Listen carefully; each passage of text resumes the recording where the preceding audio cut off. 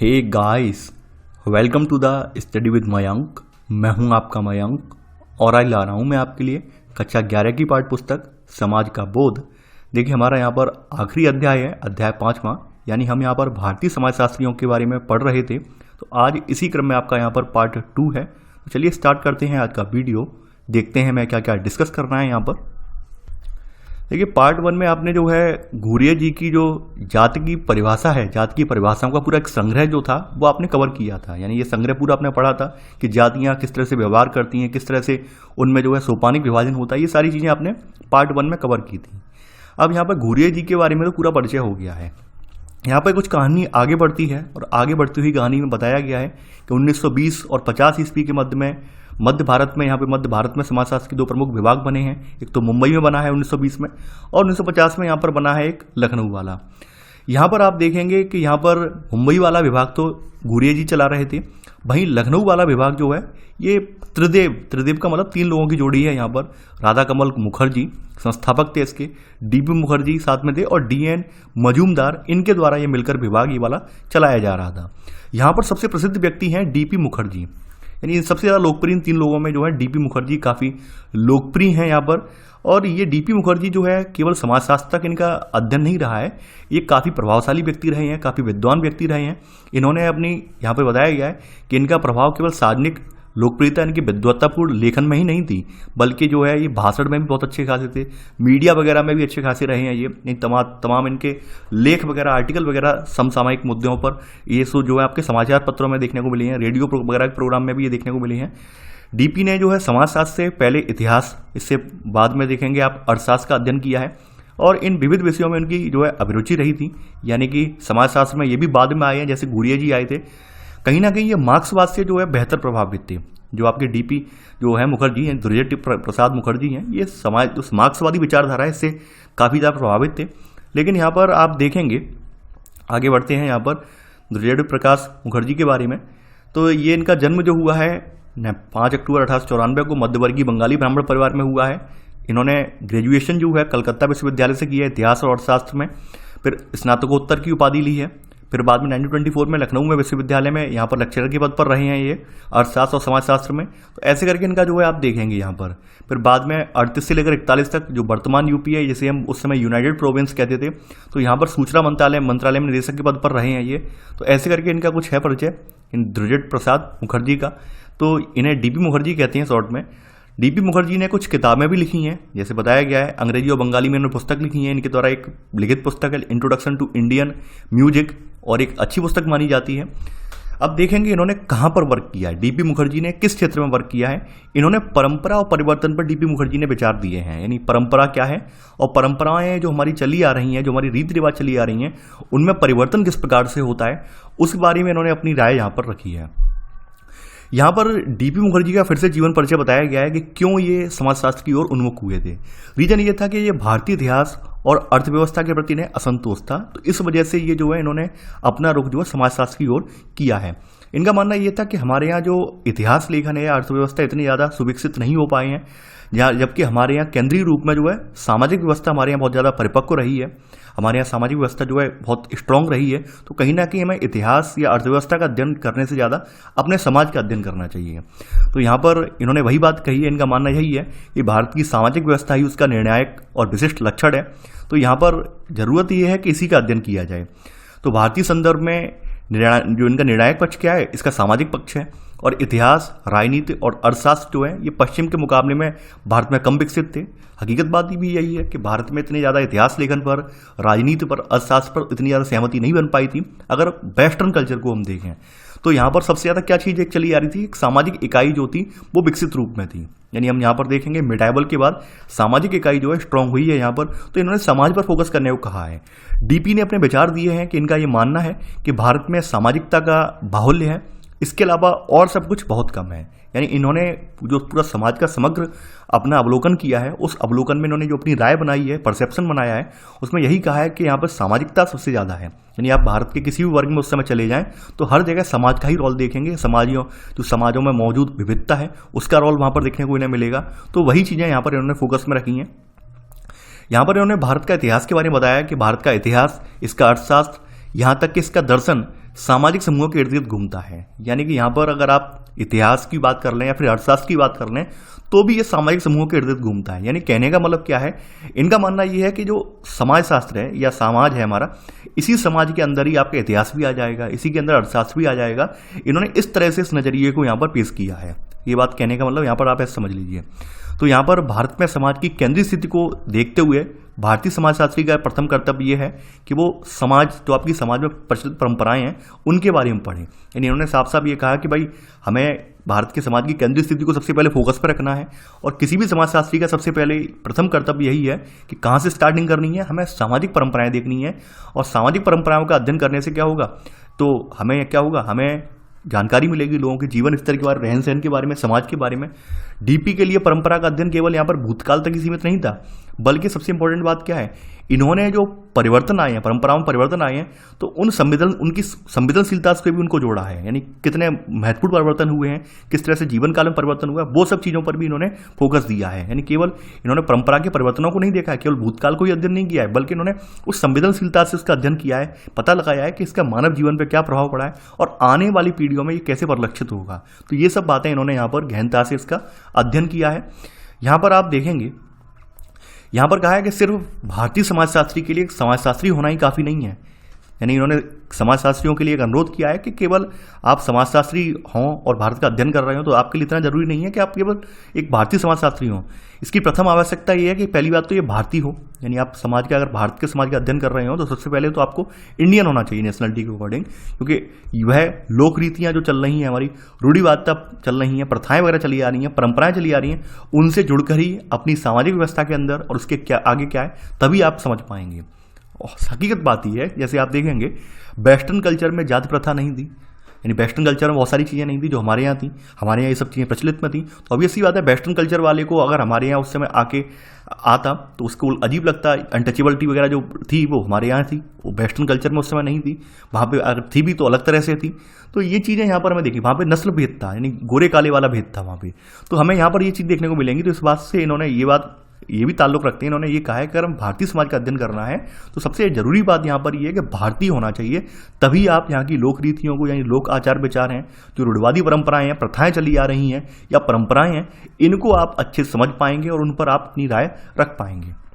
साथ साथ इन्होंने जो है भाषा और संस्कृति, इसको सीखने पर भी बल दिया है कि भाई समाजशास्त्रियों के लिए जरूरी यह है कि भाषा को भी सीखे, भाषा की उच्चता, निम्नता, संस्कृत की पहचान भी हो, यानी केवल संस्कृत का ही ज्ञान ना हो, फारसी, अरबी, अन्य भाषाओं की भी जानकारी हो, यानी कि आप जो कह सकते हैं बहुभाषी व्यक्ति हों, तभी आप यहाँ पर अध्ययन कर पाएंगे। डीपी ने सबसे इंपॉर्टेंट तर्क यहाँ पर ये दिया है, देखिए यहाँ पर जो की पॉइंट्स हैं उन्हें अपने हिसाब से आप उठा लेना। डीपी ने सबसे इंपॉर्टेंट यहाँ पर ये तर्क दिया है कि भारतीय संस्कृति और समाज पाश्चात्य अर्थ में व्यक्तिवादी नहीं है, और ये बहुत इंपॉर्टेंट तर्क है। अगर आप देखें और भारतीय समाज का आप वर्तमान में भी अध्ययन करें, वर्तमान में तो थोड़ा बहुत परिवर्तन आपको देखने को मिलेगा क्योंकि शहरी समाज भी हमारा विकसित हो चुका है, तो हम ये पाएंगे आज भी ग्रामीण भारत में हमारा जो समाज है वो कहीं ना कहीं व्यक्तिवादी नहीं है, बल्कि समूहवादी है, परिवारवादी है, यानी एक समूह के रूप में है। यानी हमारा व्यवहार स्वतंत्र नहीं है, यानी एक औसत भारतीय की आकांक्षाएं जो है ये कहीं ना कहीं आप देखेंगे सामाजिक संस्कृति के वर्ग के द्वारा तय की जाती हैं कि आप क्या करेंगे, किस तरह से जीवन यापन करेंगे, कहाँ तक आपको अपनी प्रगति करनी है, आपका समाज, आपका परिवार तय करता है। ये हकीकत बात है। हम वेस्टर्न कल्चर जैसे नहीं है कि अपने आप में सेल्फ डिसीजन ले लिया कि हाँ ये करना है तो ये करना है, नहीं, कहीं ना कहीं हमें अपने परिवार को भी देखना पड़ता है, माता पिता को भी देखना पड़ता है, उसके अकॉर्डिंग हम यहाँ पर आगे चल पाते हैं। तो यहाँ पर इन्होंने इस वजह से बात कही है कि हमारे यहाँ का समाज व्यक्तिवादी नहीं है, यहाँ पर क्या है, हमारे यहाँ का समाज जो है सामाजिक है और हम समाज से कहीं ना कहीं जुड़े हुए हैं। और यहाँ पर आप देखेंगे कि भारतीय सामाजिक व्यवस्था की दिशा जो है मुख्यतः समूहों के द्वारा, संप्रदायों के द्वारा, जाति के क्रियाकलापों के द्वारा निर्धारित होती है, किसी इंडिविजुअल की राय के द्वारा निर्धारित नहीं होती है, कोई स्वैच्छिक व्यक्तिगत कार्यों के माध्यम से निर्धारित नहीं होती है।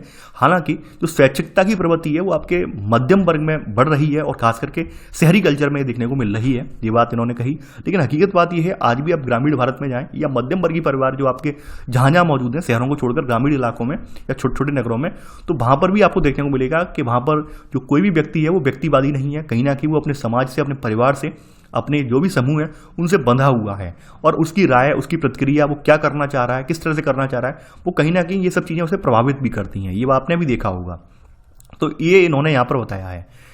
परंपरा के बारे में उन्होंने लिखा है कि भाई परंपरा क्या है। परंपरा शब्द का मूल अर्थ क्या होता है? संचारित या प्रेषित करना। यानी संचारित या प्रेषित करने का मतलब क्या? आपके जो विचार हैं, आपकी कुछ मानक हैं, उन्हें आप प्रेषित कर रहे हैं परंपरा के रूप में। तो यहाँ पर बताया है इन्होंने कि भाई इसका समतुल्य संस्कृत शब्द परंपरा है, जो कि उत्तराधिकारी अथवा आतिथ्य है। इसका मूल आधार वही है जो इतिहासकार है। यानी इसका पैरेलल में आप देखें संस्कृत शब्द परंपरा है। संस्कृत के जरिए हमें जो जो चीज़ें मिली हैं, जो उत्तराधिकार के रूप में मिली हैं, आतिथ्य के रूप में, यानी हम किसी के परिवार में आके बस जाते हैं या फिर कोई हमें अडॉप्ट कर लेता है और उसके बाद हम जन्म से वहाँ के रहन सहन, वहाँ का स्तर जो कुछ सीखते हैं, वो बताया गया आतिथ्य के रूप में। तो इसका इतिहास वही है। यानी परंपरा की जो जड़ें जो हैं वो भूतकाल में ही हैं और हमें इन्हें कहानियों के माध्यम से मिथक जो कहानी आपने सुनी होंगी, बड़ा चढ़ाकर जो कहानियाँ कही जाती, मिथकों के द्वारा कहकर या सुनकर इन्हें जीवित रखते हैं परंपराओं को कि भाई प्राचीन काल में ये होता था। आपने सुना होगा इस तरह से दादी बाबाओं की जो कहानी होती थी, नानी की कहानियाँ जो होती थी, तो इस तरह की कहानी आपने सुनी होंगी बचपन में, मैंने भी सुनी है, आपने भी सुनी होंगी। तो वही बताया है कि जो है आपने देखा होगा कुछ जो कहानी होती हैं, पौराणिक कथाएं में सुनाई जाती हैं, बच्चों का जो है माइंड मेकअप करने के लिए कुछ पौराणिक कथाएं सुनाई जाती हैं। तो वही सब चीज़ें हैं कि कहानियाँ, मिथक वगैरह सुनाकर अपनी परंपराओं को हम जीवित रखते हैं कि हमारी परंपराएं चली आए, परंपरा हमारी टूटे ना। प्रत्येक समाज में परिवर्तन भी होते हैं और ये आंतरिक रूप से भी होते हैं और बाह्य रूप से भी होते हैं। आप अगर वेस्टर्न कल्चर को देखें, यानी पाश्चात्य समाजों को देखेंगे, तो पाश्चात्य समाजों में खास करके वहाँ पर आपको देखने को मिलेगा औद्योगिकरण की वजह से परिवर्तन हुआ है। और औद्योगिकरण की वजह से परिवर्तन जो हुआ है वो आंतरिक परिवर्तन माना जाएगा, क्योंकि औद्योगिकरण हुआ तो वैसे वैसे वहाँ समाज की आंतरिक संरचना परिवर्तित हुई। लेकिन भारत में आंतरिक परिवर्तन उत्तरदायी नहीं है। क्यों? क्योंकि हम एक लंबे समय तक औपनिवेश भी रहे हैं। उससे पहले के समय में हम तमाम जो राजा हैं, आक्रमणकारी हैं, उनसे भी हम घिरे रहे हैं। तो कहीं ना कहीं हमारे यहाँ आंतरिक रूप से परिवर्तन तो हुए ही हुए हैं, हमारे यहाँ बाहरी परिवर्तन भी हमारे यहाँ देखने को मिलेंगे। जबकि वेस्टर्न में यानी पाश्चात्य कल्चर में आपको ऐसा कम देखने को मिलेगा। वहाँ पर ज़्यादातर जो परिवर्तन हुए हैं वो औद्योगिकरण के परिणाम के स्वरूप हुए हैं। ये बात आप भी जानते होंगे। तो डीपी ये मानते थे कि भारतीय संदर्भ में वर्ग संघर्ष जाति परंपराओं से प्रभावित होता है और उसे अपने में सम्मिलित कर लेता है। यानी कि यहाँ पर डीपी का मानना ये है कि भारतीय परंपरा में जो आपको वर्ग संघर्ष देखने को मिल रहा है, ये जाति परंपराओं से प्रभावित है। यानी हर वर्ग संघर्ष कर रहा है, हर वर्ग में टकराव की स्थिति है, जो जातिगत भेदभाव है, ये इसका परिणाम है। यहाँ पर अगर आप देखें, इन्होंने कहा है कि भारत में जो नवीन वर्ग है, ये नवीन वर्ग में संघर्ष अभी स्पष्ट रूप से उभर कर नहीं आया है। तो इस समझ के आधार पर उन्होंने निष्कर्ष निकाला है कि गत्यात्मक भारतीय समाज का सर्वप्रथम कार्य परिवर्तन के आंतरिक गैर आर्थिक कारणों को देखना होगा। यानी इसके लिए हमें क्या करना होगा? जो गैर आर्थिक कारण हैं उनको समझना होगा कि भाई ऐसी बात क्यों हुई है कि जो नवीन समाज है, नवीन में वर्ग संघर्ष निकल कर नहीं आ रहा है। इसका रीजन ये साफ साफ है क्योंकि उस समय हमारे यहाँ कोई देश में रेगुलेशन नहीं था, कोई बड़ी संस्था नहीं थी। अब हमारे यहाँ संविधान वगैरह है, तो कहीं ना कहीं संविधान में भी उचित प्रबंध किए गए हैं। ऐसे करके समाज की संरचना में परिवर्तन आ रहा है। समाज में जो हाशिए वाले समूह थे, हमें अब उन्हें भी मुख्य धारा में लाने का प्रयास किया जा रहा है। तो कहीं ना कहीं परिवर्तन तो देखने को मिलेगा। फिर भी डीपी के जो विचार हैं, डीपी ने अपना ये माना है कि डीपी की ये मान्यता है कि भारतीय परंपरा में परिवर्तन के 3 प्रमुख सिद्धांत रहे हैं: श्रुति, स्मृति और अनुभव। श्रुति का मतलब क्या होता है? यानी सुनकर, यानी हमने किसी के दूसरे के मुंह से सुना है कि भाई प्राचीन समय में लोग ऐसे होते थे, इस तरह रहते थे, इस तरह से खान पान होता था, बड़ों की आज्ञा मानते थे। ये सब श्रुति बात है। स्मृति के आधार पर क्या है? आपने किसी को देखा है, ऑब्जर्व किया है कि हाँ भाई ये चीज़ें हमारे इर्द गिर्द या किसी शादी विवाह समारोह में ये रीति रिवाज होते हैं, तो वो स्मृति है आपकी। अनुभव क्या है? कि आपने जो डायरेक्ट रूप से प्रत्यक्ष चीज़ें आपने जो अनुभव की हैं, आपके साथ कुछ हुआ है, प्रैक्टिकली आपने देखा है कि हाँ भाई हम ये चीज़ों से गुजरे हैं, वो आपका अनुभव है। तो यहाँ पर अनुभव इन्होंने बताया कि अनुभव जो है या व्यक्तिगत अनुभव, यही क्रांतिकारी सिद्धांत है। यानी साफ साफ इन्होंने कहा है कि अगर भारतीय समाज में परिवर्तन का सर्वप्रमुख सिद्धांत जो है सामान्यीकृत अनुभव या समूहों का सामूहिक अनुभव है। यानी भारतीय समाज में जो परिवर्तन की लहर देख रहे हैं या परिवर्तन आप देख रहे हैं, तो ये क्या हुआ है? एक्सपीरियंस के उपरांत हुआ है। यानी कि यहाँ पर कुछ हमारे यहाँ अगर आप एक एग्जाम्पल भी लें, हमारे यहाँ जो दलित या दमित जातियाँ जो बोली जाती हैं, डिप्राइव्ड कास्ट बोली जाती हैं, तो एक समूह के रूप में संगठित क्यों हुई? संगठित इसलिए हुई क्योंकि उनके साथ सदियों से अत्याचार हो रहा था, तो वो संगठित हुई, अपनी बात उन्होंने पुरजोर से आगे रखी। तो यहाँ पर वही सब चीज़ें बताई गई हैं। वहीं उच्च परंपराएं स्मृति तथा श्रुति में, यानी स्मृति मतलब याद रखने, श्रुति मतलब सुनकर, केंद्रित थी, परंतु समय समय पर उन्हें समूहों और संप्रदायों के सामूहिक अनुभवों द्वारा चुनौती झेलनी पड़ी। यानी यहाँ पर बताया गया है कि जो उच्च परंपराएं हैं, यानी हाई परंपराएं जो हैं आपकी, यानी बहुत ज़्यादा एक बड़े समूह के द्वारा मानी जाने वाली परंपराएं हैं, जो कि हमारी स्मृति या श्रुति के द्वारा चल रही हैं, इन्हें भी चुनौती मिली है। इन्हें चुनौती मिली है भक्ति आंदोलन से। क्योंकि बात ये था, आप देखेंगे, पहले आप देखेंगे जो ईश्वर पर या आराधना पर केवल और केवल एक जाति विशेष के लोगों का माना जाता था कि एक जाति विशेष के लोग ही वहाँ पर ईश्वर की आराधना कर सकते हैं। लेकिन जब भक्ति के मार्ग खुले हैं, आपको पता होगा भक्ति आंदोलन में क्या हुआ है कि हरे राम हरे कृष्ण वाला जो आपने सुना होगा, इतिहास अगर पढ़ा है तो पढ़ा भी होगा, कृष्ण की भक्ति वाला कॉन्सेप्ट स्टार्ट हुआ, तो वहाँ पे सभी जातियों के लिए खोल दिए गए हैं कि आप कोई भी आइए और भक्ति में आप लीन हो जाइए, भगवान का नाम लीजिए। जरूरी नहीं है कि आपके लिए कोई व्यक्ति हो वो आपको बताए कर्मकांड सुनाए, नहीं, ये जरूरी नहीं है, बस भगवान का जाप कीजिए, आप जो है भगवान में लीन हो जाएंगे। इस तरह की बात पढ़ी होगी आपने और आंदोलन के बारे में आपने पढ़ा होगा। खैर अभी हम वहाँ पर आंदोलन में नहीं जाएंगे। तो ये यहाँ पर बताया गया है कि हमारे यहाँ उच्च परंपराएं कुछ चली आ रही जो श्रुति या स्मृति के आधार पर केंद्रित थी, उनको भी चुनौती मिली है, उनको एक बड़े समूहों के द्वारा चुनौती यहाँ पर मिली है। वो एक एग्जाम्पल दिया भक्ति आंदोलन। यहाँ पर फिर से डीपी जी ने लिखा है कि यहाँ पर परिवर्तन हमारे भारत में हिंदुओं के लिए ही नहीं हुआ है, इस्लामी लोगों की संस्कृति में भी परिवर्तन हमें देखने को मिलेगा। जैसे आपने देखा होगा भारतीय इस्लाम में आपने सूफी चिश्ती परंपरा वगैरह देखी, इनके पवित्र ग्रंथों की अपेक्षा प्रेम में या अनुभव पर अलग बल दिया गया है। तो यहाँ पर ये सब चीज़ें हैं, इन्होंने परिवर्तन लाने में इनके समाज में भी एक महत्वपूर्ण भूमिका निभाई है। यानी केवल ये हिंदू समाज में ही परिवर्तन नहीं आया है, बल्कि इस्लाम में भी परिवर्तन आपको देखने को मिलेगा। तो ये चीज़ यहाँ पर इन्होंने बताई है। यहाँ पर आप देखेंगे भारतीय संदर्भ में संघर्ष, विद्रोह सामूहिक अनुभवों के आधार पर ये कार्य करते हैं। यानी कि आप संघर्ष देख लें या विद्रोह की स्थिति देख लें तो एक सामूहिक अनुभव होते हैं, इनके हिसाब से काम करते हैं। लेकिन परंपरा का लचीलापन ये इसका ध्यान रखता है कि संघर्ष का दबाव परंपराओं को बिना तोड़े उसमें परिवर्तन लाए। यानी खास करके परंपराओं के बारे में कुछ एक बात अलग होती है। परंपराओं के बारे में बात ये होती है कि संघर्ष अगर हो भी रहा हो तो उन्हें परंपराओं को तोड़ा ना जाए और लेकिन उनमें परिवर्तन आ जाए। यानी परंपरा जो चली आ रही है, जैसे आपने देखा वो मंदिर प्रवेश वाली परंपरा है, ये तोड़ी ना जाए। यानी जिन लोगों को अधिकार नहीं था उन्हें बाद में अधिकार दे दिया गया। परंपरा बदस्तूर जारी है, आज भी लोगों की आस्था अपने ईश्वर में है। यानी आप ये न मत करें परंपरा के नाम पर कि आपको परंपरा बदलनी है, समाज बदलना है तो आप पूरा हटा ही दें ईश्वर वाला कॉन्सेप्ट, ये नहीं होगा। हाँ, ये जरूरी है आप उसमें परिवर्तन करें और परंपरा को तोड़े ना। यानी जो लोगों की आस्था है, आस्था को कायम रखें। जैसे एग्जाम्पल मैंने यही दिया कि आप अगर उठा के देख लें तो पहले के समय में जो अनटचेबल जातियां थी उनको मंदिर में प्रवेश की आज़ादी नहीं थी, लेकिन संविधान बनने के बाद ये सब मनाही हटा दी गई है। तो आप देखेंगे कहीं ना कहीं परंपरा जो लोगों की आस्था थी वो आस्था आज भी कायम है। ठीक है, कि किसी एक जाति विशेष के लोगों का यहाँ पर कॉपीराइट नहीं रह गया है। तो यहाँ पर वही चीज़ यहाँ पर समझाने की कोशिश की गई है। यानी हम लोग देखते हैं कि किस प्रकार प्रभावी रूढ़िवाद को लोकप्रिय विद्रोहों के द्वारा चुनौती मिली है और आगे चलकर जो रूढ़िवाद हैं इनको परिवर्तित करने में ये सफल भी हो जाती हैं। लेकिन यहाँ पर आप ये देखेंगे कि ये परिवर्तन आखिरकार परंपरा में अवशोषित कर लिए जाते हैं। यानी कि जब भी कोई परंपरा में परिवर्तन देखने को मिलता है, अच्छा खासा रूढ़िवादी परंपरा में परिवर्तन देखने को मिलता है, वो बाद में धीरे धीरे करके एडॉप्ट कर लिया जाता है, इसी में ही परंपरा में ही समाहित हो जाता है। ठीक है, और ये चक्र जो है लगातार अपने आप को दोहराता भी रहता है।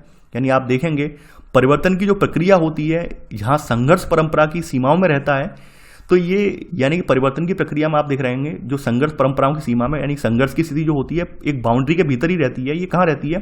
यानी कि कुछ जातियां ऐसी होती हैं रूढ़िवादी होती हैं, ये मानती है नहीं हम इससे इधर अपने आप को नहीं आने देंगे, हमारी जो मान्यता है वही रहेगी। तो इन्हें ठेठ जातिगत समाज का लक्षण मान। ठेठ जातिगत का मतलब क्या है कि आपके अंदर बिल्कुल चिंतन की भावना नहीं है, आज भी आप जातिगत जो आपकी मानसिकता की बेड़ियों, जातिगत बेड़ियों में आप मानसिकता से आप जकड़े हुए हो, तो ये दिखाती है। यानी आपके यहाँ संघर्ष जो है कोई करना चाह रहा है, कोई परंपरा बदलना चाह रहा है या परंपरा में सुधार करना चाह रहा है और आप उसे पीछे एकदम खींच ले रहे हो, तो कहीं ना कहीं आप ठेठ जातिगत समाज की लक्षण है, जहाँ वर्गों के बनने या वर्ग चेतना को अवरोधित कर दिया गया है। यानी कहने का मतलब ये है कि हमें यहाँ पर ये भी देखने को मिलेंगे कुछ ठेठ जातिगत समाज जहाँ पर क्या है, यहाँ पर कोई नवीन वर्ग बनना या वर्ग चेतना को बिल्कुल बहिष्कार कर दिया गया, बिल्कुल रोक दिया गया, अवरोधित कर दिया गया। तो डीपी यहाँ पर लगातार ये कह रहे हैं, यानी डीपी के परंपरा और परिवर्तन संबंधी विचारों ने पाश्चात्य देशों से बिना सोचे समझे बौद्धिक परंपराओं को ग्रहण करने के कारण विकास योजनाओं में जो इनकी दिक्कत आई है या विकास योजनाओं की आलोचना भी इन्होंने की है। यानी इनका मानना ये है कि वेस्टर्न कल्चर से आप परंपराएं अडॉप्ट मत करें, यानी कि आप बौद्धिक परंपराएं जो हैं वो वेस्टर्न कल्चर से अडॉप्ट ना करें। इन्होंने इसकी पूरी आलोचना की है।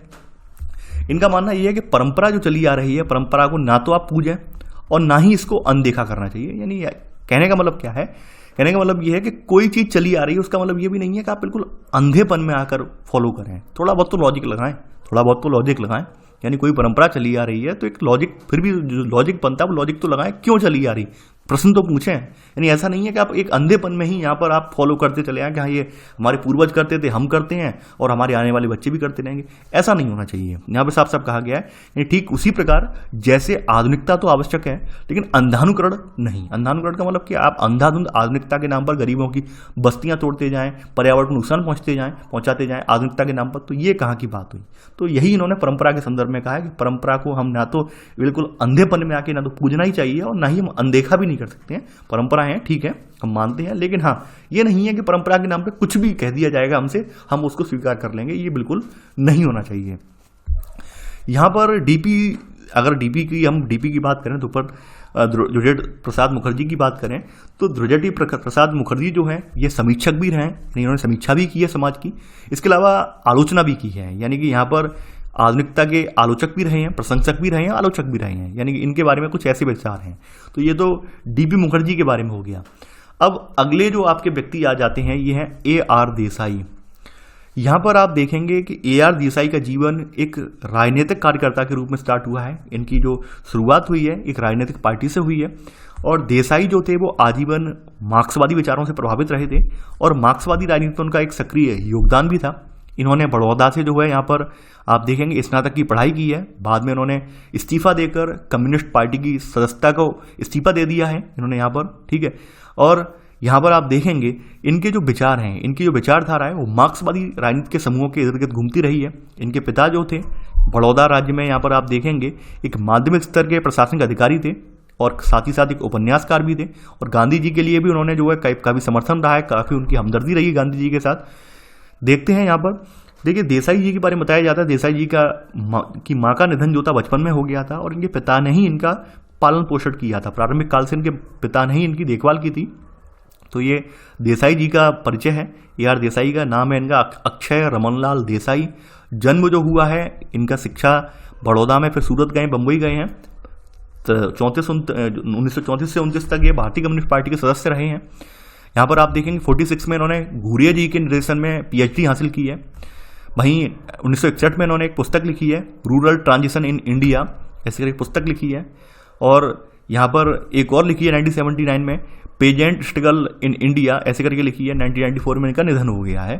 तो बात करते हैं इनकी अब। तो यहाँ पर इन्होंने वही सब चीज़ लिखी गई है यहाँ पर कि इन्होंने 1946 में जो है यानी कि बड़ौदा से पढ़ाई पूरी करने के बाद मुंबई गए। मुंबई में घूरिया जी के नेतृत्व में इन्होंने क्या किया है, PhD की डिग्री हासिल की है। 1948 में इनकी थीसिस जो थी PhD की, ये थीसिस थी the social background of Indian nationalism, ये प्रकाशित हुई है जो उनके द्वारा किए गए कार्यों में सबसे बेहतरीन मानी गई। और कहीं ना कहीं इस पुस्तक के जरिए, थीसिस के जरिए इन्होंने अपने विचारों का, अपने राष्ट्रवाद का मार्क्सवादी विश्लेषण किया है। और यहाँ पर इन्होंने जो खास करके महत्व दिया है वो आर्थिक प्रक्रियाओं, विभाजनों को इन्होंने इसमें महत्व दिया है। यानी कि जो इन्होंने ये थीसिस लिखी है, इस थीसिस में इन्होंने किसको महत्व दिया है, जो आर्थिक प्रक्रिया है, विभाजन है, इनको महत्व दिया है। खास करके यहाँ पर आप देखेंगे इसमें इन्होंने खास करके ये ध्यान रखा है कि ब्रिटिश उपनिवेशवाद में हालात कैसे थे, इस बात का भी ध्यान रखा है। हालांकि इन सब के बावजूद भी इसकी आलोचना बहुत ज़बरदस्त हुई है, लेकिन हाँ पुस्तक ने अपने आप में एक अच्छी खासी ख्याति प्राप्त की है। कई बार इसका पुनर्मुद्रण भी किया गया है। साथ ही साथ जो देसाई जी हैं, AR देसाई, इन्होंने जो है किसान आंदोलन पर, ग्रामीण समाजशास्त्र पर, आधुनिकीकरण पर, नगदी मुद्दे पर, इन सब मुद्दों पर भी काम किया है। लेकिन आप यहाँ पर देखेंगे जो चूंकि मार्क्सवाद जो है भारतीय समाजशास्त्र में बहुत प्रभावशाली था और लेकिन ये महत्वपूर्ण नहीं था यहाँ पर आप देखेंगे मार्क्सवाद हमारे यहाँ प्रभावशाली तो रहा है, लेकिन हमारे यहाँ मार्क्सवादी विचारों को उतना ज़्यादा नहीं अपनाया गया है जितना रसिया वगैरह में या अन्य देशों में अपनाया गया है। यहाँ पर आप देखेंगे AR देसाई ने जो काम किया है, इनको अपने विषय की तुलना में बाहर ज़्यादा नाम मिला है। यानी इन्होंने जो बाहर काम किया है उस पर इन्हें ज़्यादा नाम मिला है। इन्होंने यहाँ बताया गया है AR देसाई जी के बारे में, इन्होंने एक यहाँ पर पुस्तक भी लिखी है, बताया गया है। इन्होंने पुस्तक बोला, इन्हें पद्मियों से कई सारे अवार्ड मिले हैं। इन्हें एक इंडियन सोशियोलॉजिकल सोसाइटी के अध्यक्ष भी रहे हैं ये। इसके अलावा भारतीय समाजशास्त्र में देसाई ने एक काफ़ी अच्छे खासे व्यक्तित्व भी रहे हैं। और राज्य पर इन्होंने अपने विचार दिए हैं। यहाँ पर राज्य के बारे में, राज्य कैसा होता है, राज्य की अवधारणा क्या है, तो राज्य पर इन्होंने अपने विचार दिए हैं AR देसाई जी ने। तो राज्य के बारे में इनकी जो रुचि थी, यानी वो आधुनिक पूंजीवादी राज्य एक महत्वपूर्ण विषय था जिसमें इनकी रुचि थी। तो इन्होंने यहाँ बताया गया है the myth of the welfare state नामक निबंध में देसाई ने अपनी इसकी विस्तारपूर्वक विवेचना लिखी है, राज्य की जो कमियां हैं, अच्छाइयां हैं, उसकी ओर ध्यान इंगित किया है। हालांकि इन्होंने जो कल्याणकारी राज्य की अवधारणा पर भी बल दिया है, कल्याणकारी राज्य होता क्या है इसके बारे में भी इन्होंने बताया है। यहाँ पर उन्होंने बताया है कि कल्याणकारी राज्य एक यहाँ पर एक सकारात्मक राज्य होता है, यानी कि जहाँ पर जो लेसेज फेयर वाली नीति है इससे बिल्कुल अलग होता है। लेसेज फेयर का मतलब क्या है, ये कि फ्रांसीसी वर्ड है, इसका मतलब होता है हस्तक्षेप की नीति, यानी कि जो बाजार है, बाजार के नियमों के अकॉर्डिंग चले, बाजार प्रतिस्पर्धा के अकॉर्डिंग चले, राज्य इसमें हस्तक्षेप ना करे, बाजार अपने आप अपनी कीमतें तय करे, बाजार अपने सामान का खुद से जो है यहाँ पर मूल्य तय करे, कोई किसी में इसमें हस्तक्षेप ना करे, तो इसे लेसेज फेयर सिद्धांत के नाम से जाना जाता है। ठीक है, लेकिन उदारवादी अर्थव्यवस्थाएं जो हैं वो आप जानते होंगे अपने जो कुछ गरीबों के लिए समतामूलक बनाने के लिए कुछ चीज़ों पर रिस्ट्रिक्शन भी लगाती हैं, यानी बुनियादी जो चीज़ें होती हैं, यानी जो इसेंशियल गुड्स वगैरह होती हैं उनको अपने नियंत्रण में रखती हैं ताकि उनके प्राइस वगैरह लोग न बढ़ा पाएं। तो यहाँ पर ये देखेंगे तो यहाँ पर वही चीज़ें बताई गई हैं। इन्होंने कल्याणकारी राज्य का एक सकारात्मक राज्य होता है ये बात कही है, यहाँ साफ साफ कहा गया है कि उदारवादी राजनीति के शास्त्रीय सिद्धांत की जो लेसेज फेयर नीति है इससे भिन्न होता है। ये लेसेज फेयर का मतलब मैंने आपको बता दिया है, यह फ्रांसीसी वर्ड है एक, और इसका मतलब यही है, यानी कि क्या, हस्तक्षेप की नीति, जबकि उदारवादी में हस्तक्षेप किया जाता है, यानी कल्याणकारी राज्य हस्तक्षेपी राज्य होता है जिसमें राज्य हस्तक्षेप करता है और राज्य ही समाज की बाजार की नीतियों को तैयार करता है। दूसरी बात, कल्याणकारी राज्य लोकतांत्रिक राज्य होता है, यानी इन्होंने ये माना है कि एक राज्य कल्याणकारी तभी हो सकता है जब वो लोकतांत्रिक हो। लोकतंत्र यहाँ की एक अनिवार्य दशा है, यहाँ पर लोकतंत्र होना ही चाहिए। लेकिन हाँ, कहने का मतलब क्या है, यहाँ पर आप देखेंगे खास करके जो मार्क्सवादी जरूर थे, लेकिन इन्होंने अपने आप को जो मार्क्सवादी देश हैं या उनमें इस तरह की जो है अपने विचारों को दूर रखा है। यानी कि यहाँ पर आप देखेंगे कि औपचारिक लोकतांत्रिक संस्थाएं विशेष करके बहुपार्टी चुनाव कल्याणकारी राज्य की पारिभाषिक विशेषता समझी जाती है। और आप देखेंगे उदारवादी चिंतकों ने जो समाजवादी और कम्युनिस्ट राज्य हैं इन सबको इस परिभाषा से बाहर रखा है, यानी इन सब की जब बात आई तो इसमें इन्होंने ये वाली परिभाषा इसमें नहीं दी है। कहने का मतलब क्या है, यहाँ पर इन्होंने अपना साइड कर लिया है, कहीं ना कहीं इन्होंने अपने मार्क्सवादी विचारों को बचाने की कोशिश की गई है, तो ये बताया गया है। आगे बढ़ते हैं। इन्होंने कल्याणकारी राज्य की जो अवधारणा है वो मिश्रित अर्थव्यवस्था व मिक्स इकोनॉमी जिसे हम बोलते हैं उस पर यहाँ पे बल दिया है, जहाँ पर पूंजीवाद भी हो और कुछ ना कुछ सामाजिक कार्य भी किए जाएं। कल्याणकारी राज्य का तभी उदय हो सकता है जहाँ पूंजीवाद भी हो और कुछ कल्याणकारी जो कार्य भी किए जाएं ताकि जनता भी जो है कहीं ना कहीं वो भी उसको भी जो है खरीदने में या बेचने में आसानी हो और कीमतें वगैरह हैं जो कहीं ना कहीं अप्रत्याशित रूप से ऊपर बढ़ ना जाए। तो ये सब चीज़ें यहाँ पर इन्होंने कह रखी हैं। तो इन्होंने ऐसे तरीके बताए हैं यहाँ पर आप देखते हैं, ये ऐसे तरीके बताते हैं जिसके आधार पर कल्याणकारी राज्य द्वारा किए गए कार्यों का परीक्षण किया जा सके। इन्होंने कुछ क्वेश्चन भी पूछे हैं कि कल्याणकारी राज्य क्या कल्याणकारी राज्य गरीबी, सामाजिक भेदभाव इन सबसे मुक्ति पा गया है, नहीं पा गया है? क्या कल्याणकारी राज्य आय संबंधित असमानताएं इसने दूर कर ली हैं? इन्होंने ये भी प्रश्न पूछे हैं इससे। क्या कल्याणकारी राज्य अर्थव्यवस्था को प्रवर्तित करता है जहाँ पूंजीवादियों की अधिक से अधिक लाभ कमाने की प्रवृत्ति पर समाज की जरूरतों के अकॉर्डिंग रोक लगाई जाए? ये प्रश्न इन्होंने पूछा है। क्या कल्याणकारी राज्य स्थायी विकास के लिए आर्थिक मंदी और तेजी से मुक्त व्यवस्था का ध्यान रखता है? यानी ये सारे सवाल इन्होंने पूछे हैं। रोजगार पर ध्यान देता है, लेकिन हाँ समझ सकते हैं कल्याणकारी राज्य इस हिसाब से जो उन्होंने, देखिए एक ओर तो इन्होंने जो है कल्याणकारी राज्य का बताया है कि भाई ये ऐसा ऐसा होना चाहिए, दूसरी ओर इन्होंने प्रश्न भी उठाए हैं। तो कहीं ना कहीं आपको समझने में लगेगा कि ये क्या है, कल्याणकारी राज्य का मतलब यही है, कोई राज्य कल्याणकारी हो ही नहीं सकता है। ठीक है, यानी कि यहाँ पर अगर आप इस आधार पर अगर ध्यान से देखेंगे तो यहाँ पर आप पाएंगे कि देसाई उन कार्यों का परीक्षण करते हैं जिनको अक्सर कल्याणकारी राज्य कहा जाता है। यानी कि कल्याणकारी राज्य की नीति तो बताई है देसाई ने, लेकिन हाँ ये जो इन्होंने क्वेश्चन उठाए हैं, ये क्वेश्चन उन देशों को देखकर उठाए हैं जिन्हें अक्सर समाज में या इतिहास के पटल में कल्याणकारी राज्य बताया जाता था, जैसे ब्रिटेन को, अमेरिका को, यूरोप को। यहाँ पर आप देखेंगे कि यहाँ पर इन देशों के बारे में हम, जो आपका रमेश सिंह वाली पुस्तक है वहाँ पर हम देखेंगे कि इन देशों के बारे में कई सारी जो अफवाहें उड़ाई गई थी, भाई जो कल्याणकारी राज्य सभी का ध्यान रखा जा रहा है, लेकिन यहाँ पर ऐसा नहीं था। ये सब जो थे आधुनिक पूंजीवादी राज्य थे, यहाँ तक कि जो डेवलप्ड कंट्री भी थे वहाँ पर भी वो भी अपने नागरिकों को न्यूनतम आर्थिक और सामाजिक सुरक्षा देने में असफल रहे हैं। ये यहाँ पर इन्होंने उस बात को उजागर किया है, ये सब चीज़ें इन्होंने यहाँ पर बताई हैं। तो AR देसाई हैं, इन्होंने मार्क्सवादी सिद्धांत पर भी यहाँ पर कार्य किया है, लंबा कार्य किया है, तो ये इनके बारे में कुछ परिचय हो गया है।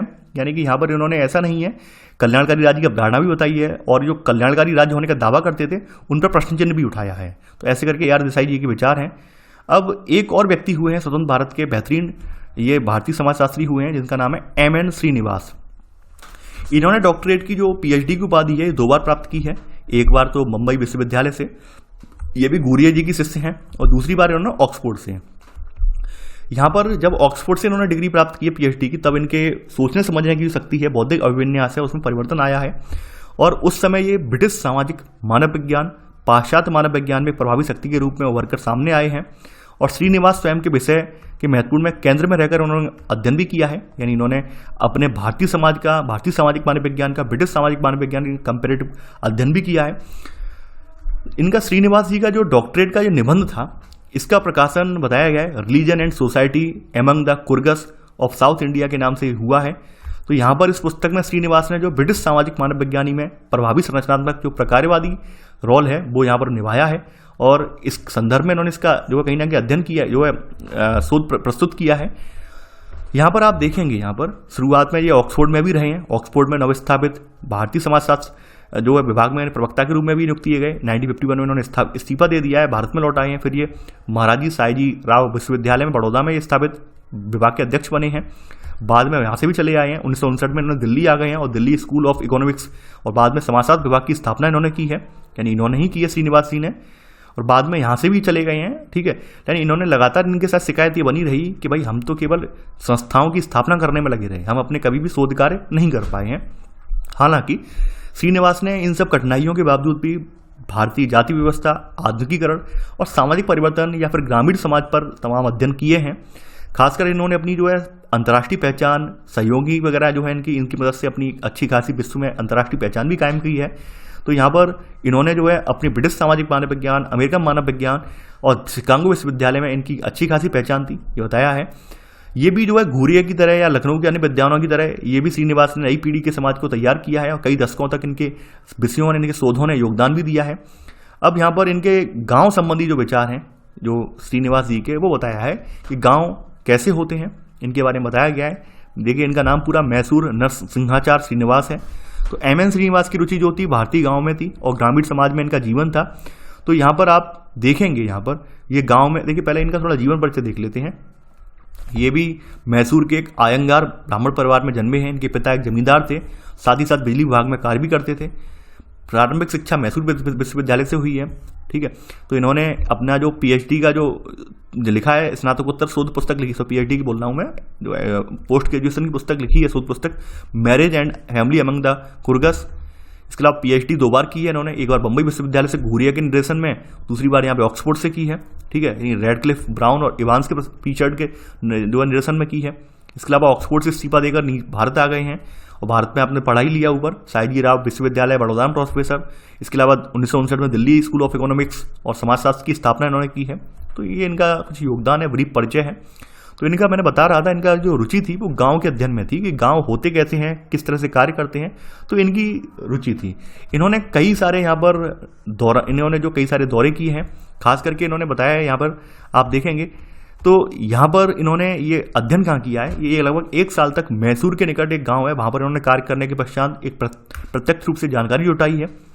1950-60 के दौरान श्रीनिवास ने ग्रामीण समाज के संबंधित विस्तृत जनजाति ब्यूरो को लेखा जोखा तैयार किया है कि भाई ग्रामीण समाज होता कैसा है, किस तरह से कार्य करता है, ये सब यहाँ पर बताया है। यहाँ पर आप देखेंगे इन्होंने जो अपने कुछ और भी हैं इनके साथ मिलकर और प्रभावी बनाए, जैसे HC दुबे हैं इस मामले में, DN मजूमदार हैं, इनके साथ मिलकर जो ग्रामीण भारत का अध्ययन किया, ग्रामीण क्षेत्रों का अध्ययन किया, इसलिए इन अध्ययन को और ज़्यादा प्रासंगिक बनाने की कोशिश की है इन्होंने। गाँव पर श्रीनिवास के द्वारा लिखा हुआ लेख जो है ये 2 प्रकार के हैं। पहला है, सर्वप्रथम गांव में किए गए क्षेत्रीय कार्यों का निर्जाति ब्यौरा तैयार किया है और इन ब्यौरों पर उन्होंने परिचर्चा की है। दूसरी बात बताया है, दूसरा प्रकार क्या है, दूसरा प्रकार बताया है कि लेखन में भारतीय गांव सामाजिक विश्लेषण की इकाई के रूप में कैसे कार्य करते हैं, इस पर ऐतिहासिक और अवधारणात्मक परिचर्चाएं की हैं। यानी पहली बात तो ये बताई है कि गांव का संगठन जो है, गांव किस तरह से बनते हैं, तो उसके बारे में जिक्र किया है। दूसरी बात बताई है कि यहाँ पर भारतीय गांव सामाजिक विश्लेषण इकाई के रूप में कैसे कार्य करते हैं, यानी भारतीय गांव में सामाजिक जो क्रिया है वो किस प्रकार होती है, उस पर इन्होंने परिचर्चा की है।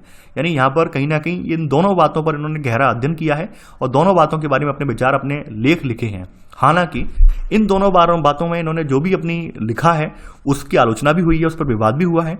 यानी कि श्रीनिवास ने जो है गांव की एक अवधारणा के रूप में उसकी उपयोगिता के प्रश्न पर श्रीनिवास का विवाद भी हुआ है।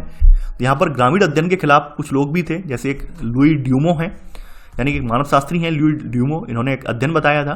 तो इनका मानना यह था लुई ड्यूमो का कि जाति जैसी सामाजिक संस्थाएं जो हैं एक गाँव की तुलना में अधिक महत्वपूर्ण हैं। यानी कि लुई ड्यूमो जो है इनके तर्क को चुनौती देते हैं, क्योंकि यहाँ पर श्रीनिवास जी जो हैं, श्रीनिवास जी केंद्र में गांव को रखकर चल रहे हैं, वहीं लुई ड्यूमो जो हैं केंद्र में जाति व्यवस्था को रखकर चल रहे हैं।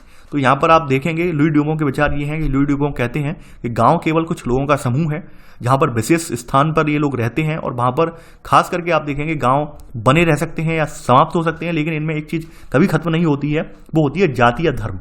हकीकत बात यह है कि जो आपकी छोटे समाज होते हैं वहाँ पर आपकी जातिगत या धार्मिक अंत्यक्रिया सबसे ज़्यादा होती है। तो कहीं ना कहीं ये चीज़ें खत्म करना भी वहाँ पर मुश्किल है। बड़े समाज जो होते हैं, जैसे शहरी समाज है, शहरी समाजों में मिश्रित कल्चर हो जाता है, लोग लगातार आते जाते रहते हैं, तो वहाँ पर ये सब चीज़ें स्पष्ट रूप से नहीं निकल कर आती हैं। गांव का समाज बहुत जल्दी परिवर्तित नहीं होता है, बहुत जल्दी बदलता नहीं है, इसके बारे में पहले ही परिचर्चा कर चुके हैं हम लोग। तो यहाँ पर आप ये सब चीज़ें देखेंगे। तो यहाँ पर ये ड्यूमो के विचार थे। तो ड्यूमो का मानना यह था गांव को एक श्रेणी के रूप में महत्व देना गुमराह करने वाला हो सकता है। ड्यूमो ने इनके तर्कों पर आलोचना की है, तर्कों की आलोचना की है।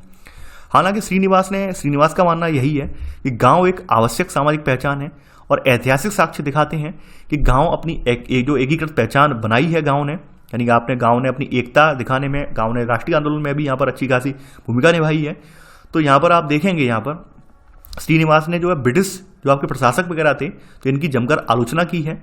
यानी कि जो ब्रिटिश प्रशासक थे, ब्रिटिश मानव शास्त्री वगैरह थे, जिन्होंने गांव के बारे में ऊटपटांग बातें की थी भारत के गांव के बारे में, तो इन्होंने कहा है श्रीनिवास जी ने कि भारत के गांव जो है स्थिर हैं, आत्मनिर्भर हैं, और यहाँ पर इस तरह का जो चित्रण जो किया गया था ये कहीं ना कहीं गलत है। यानी कि यहाँ पर जो भारत के गांव को स्थिर बताया है, आत्मनिर्भर बताया, ये कहीं ना कहीं गलत है। यानी कि यहाँ पर श्रीनिवास जी ने इनके जो अध्ययन है, ब्रिटिश समाजशास्त्री या ब्रिटिश प्रशासकों के अध्ययन है, इसको चुनौती दी है। इन्होंने कहा है कि हमारे गांव कभी भी आत्मनिर्भर नहीं थे, वो अपनी आर्थिक क्रियाएं शहरों से भी करते थे, उनके संबंध जो थे कहीं ना कहीं विस्तारित थे, यानी आर्थिक और सामाजिक राजनीतिक संबंध क्षेत्रीय स्तर से जुड़े हुए थे। यानी कहीं गांव जो अपने आप में सीमित नहीं रहे हैं, गांव के लोग भी लंबी लंबी दूरियां करते थे, यात्रा करते थे, व्यापार करते थे। तो यहाँ पर आप ऐसे करके देखेंगे, यहाँ पर आप देखेंगे इनका जो गांव वाला अध्ययन है, खास करके इन्होंने अपना गांव का जो ग्रामीण शोधकार किए हैं स्थल के रूप में, इन्होंने भारतीय समाजशास्त्र को कई तरह से लाभान्वित भी करते हैं। यानी कि लोगों को, हमें इनके जो अध्ययन है या इनके द्वारा किए हुए जो रिसर्च वर्क हैं, इनसे क्या होता है, हमें जानने को मिलता है गांव किस तरह से गांव में परिवर्तन हो रहा है, गांव की प्रकृति कैसे बदल रही है। खास करके शहरी वर्ग जिसने अभी भी गांव को नहीं देखा है, गांव के रीति रिवाज तौर तरीकों को नहीं देखा है, तो वो सब इनके अध्ययनों से, इनकी शोध कार्यों के जरिए वो जानकारी जुटा सकते हैं। तो ऐसे करके आपका यहाँ पर चैप्टर समाप्त हो जाता है, और ऐसे करके आपकी क्लास 11th वाली पुस्तक भी समाप्त हो जाती है। तो आई होप आपको ये चैप्टर जो था यहाँ पर क्लास 11 का चैप्टर नंबर 5 ये पसंद आया होगा। देखिए मेरा प्रयास यही है, लगातार आप प्रश्न यही पूछते हैं और जहाँ भी मैं जवाब वही दे रहा हूँ। कभी भी NCERT को मिस ना करें। NCERT से आपको क्या है, एक बेसिक कॉन्सेप्ट जो है वो क्लियर हो जाता है। इसके बाद तो तमाम स्टैंडर्ड बुक हैं, कोई भी उठा के पढ़ लेंगे तो आपको समझ में आ जाएगी। लेकिन हाँ, जो बुनियादी बातें हैं उन्हें आप पहले क्लियर कर लें। तो बुनियादी बातों को क्लियर करने के लिए NCERT किताब से बेटर कोई भी नहीं है। ठीक इसी प्रकार से आपका देखिए यहाँ पर 11th में क्या था, केवल परिचय ही परिचय था, इंट्रोडक्शन दिया गया था कि समाजशास्त्र होता क्या है, जो थोड़ी बहुत शब्दावली थी उसका परिचय दिया गया था। अब भारतीय समाज के बारे में आपको देखने को मिलेगा वो 12th में विस्तारित रूप में देखने को मिलेगा कि भारतीय समाज वास्तव में भारतीय समाज है क्या, परिवर्तन कैसे आए हैं भारतीय समाज में। वहाँ पर भी 2 किताबें क्लास 12th में हैं, तो वहाँ पर आपको डिटेल में इससे ज़्यादा वहाँ पर देखने को मिलेगा। और कहा जाए तो 11th में तो केवल आपकी यहाँ पर, अगर मैं अपने शब्दों में कहूँ तो आपकी केवल भूमिका तैयार हो पाई है, यानी कि किस तरह से ये सब्जेक्ट आगे बढ़ेगा, किस तरह से मैं ये परिवर्तन देखने को मिलेंगे। समाजशास्त्री जो हैं ये भी आपने जान ली, ये समाजशास्त्री हुए हैं, तो इनका योगदान हम जानेंगे, इनके विचार हमने यहाँ पे जान लिए हैं। अब इन विचारों को वहाँ पर देखेंगे क्लास 12th में। तो ये सब चीज़ें हमने यहाँ पर बुनियादी कॉन्सेप्ट क्लियर कर चुके हैं क्लास 11th में। 12th वाला इससे थोड़ा स्टैंडर्ड होगा। तो आई होप आप लोग जुड़े रहिए, वीडियो को लाइक शेयर करना बिल्कुल ना भूलिए और अपना अध्ययन निरंतर जारी रखिए। तो चलिए आज के लिए बस इतना ही। Thanks for watching. जय हिंद।